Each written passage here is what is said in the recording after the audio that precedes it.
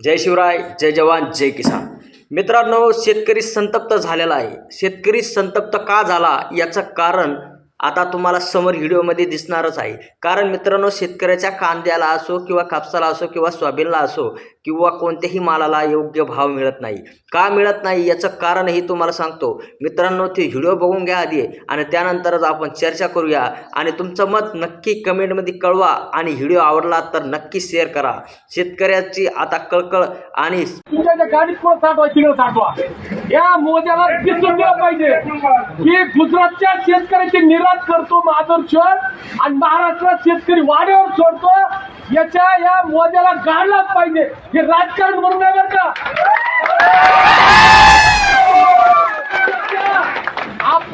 आपण इतके दिवस झाले आपण आवाज उठवतोय, यांच्या विरोधात बोलतोय, आपण सगळ्या शेतकऱ्यांना जागृत करतोय.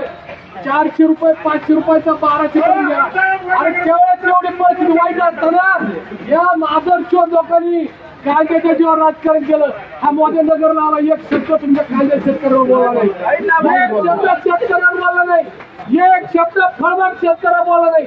याला झोडून काढल्याशिवाय कलेक्टर साहेब येतात. हे इथं नेत्याला पण बोलवलंय, त्यांना पण नेते कलेक्टरला बोलू की तू कांदा खरेदी कर. आता मागच्या वेळेस त्यांनी झकमारी 2700 रुपये परवा दिवशी बाजार गेला आणि आज डायरेक्ट 1011 वर 700-800 म्हणजे 1200 रुपयाचा तोटा. हे भार खातात शेतकऱ्याची, यांना काढावं लागणार आहे आपल्याला. आणि आपण आज जर एकत्र आलो नाही ना, उद्याच्या काळात हे आपल्याला असंच मारलं. आणि कलेक्टर आल्याशिवाय कोणी लवकर महाराष्ट्रामध्ये आपण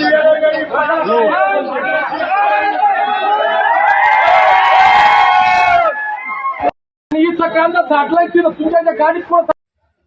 तर आपल्या प्रतिक्रिया आणि मित्रांनो, आपलं मत वायाला जाऊन देऊ नका. कारण ह्या सरकारला शेतकऱ्याचं काही घेणं देणं नाही. कारण यांना फक्त व्यापार पाहिजे आणि व्यापाऱ्याचंच यांना घेणं देणं आहे. मित्रांनो, आपण म्हणजे राज्यामध्ये परिस्थिती अशी करून टाकली की मराठा आरक्षण असो, इतर सर्व जाती धर्मात म्हणजे गोंधळ करून टाकला, सारे पक्ष फोडून टाकले. मित्रांनो, म्हणजे महाराष्ट्राचंच नव्हे तर देशाचं सुद्धा वाटोळं लावलेलं आहे.